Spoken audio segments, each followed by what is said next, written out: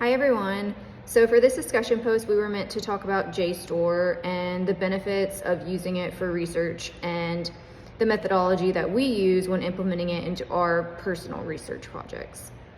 So I've been using JSTOR for a long time, well before my undergrad, which was many, many years ago. And the thing that I've come to realize about it is that the more specific you can be and the more you can cater it to your topic, the better results you're gonna get and the less you're gonna have to sift through hundreds of sources that aren't gonna help you at all. So for example, the topic that I chose for this post was the role that Christianity played in the abolitionist movement and the civil rights movement. So I've already got two categories, abolitionist movement and civil rights movement. But if I just put Christianity and the abolitionist movement, I'm gonna get so many sources that I'm not necessarily gonna be able to use at all, and I'm gonna have to spend hours going through them. So what I did was I broke down each category into subcategories and made it even more specific. So for the abolitionist movement, I did biblical justification for equality because I knew that I wanted to explore how Christianity was used to justify slavery. I focused on Christian leadership, and I wanted to focus on some key leaders, Frederick Douglass, Harriet Beecher Stowe, but I knew that those were going to be more for primary sources.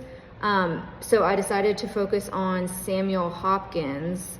And so I looked up Samuel Hopkins, abolitionist movement and Christianity, and I found a really good article by David Lovejoy called Samuel Hopkins, Religion, Slavery, and the Revolution.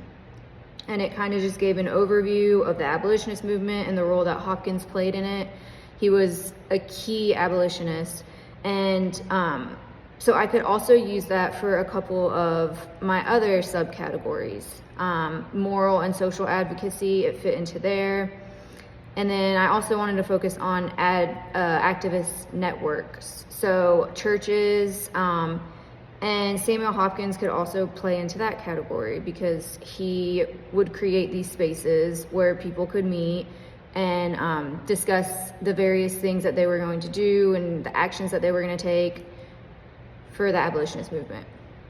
And then similarly for the civil rights movement, I did the same things, broke it down into subcategories, nonviolent resistance inspired by Christian teachings, which was a big one because that's where Dr. Martin Luther King Jr. falls into, and his nonviolent protests, which were kind of a foundation for the entire movement. I did the Black church as a foundation, so that was a commonality that the abolitionist movement and the civil rights movement had in common.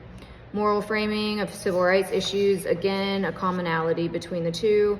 Biblical calls for justice and equality, and the role that Christian hymns and prayers played in the civil rights movement. So again, I searched, let's say I did the moral framing and civil rights issues, and then I put Christianity also when searching, and I think I had searched for something else, but I can't quite remember, maybe activism. And I got this source from Booker Vaughn called Civil Rights, Religion, Rethinking 1950s and 1960s Political Activism for African American Religious History.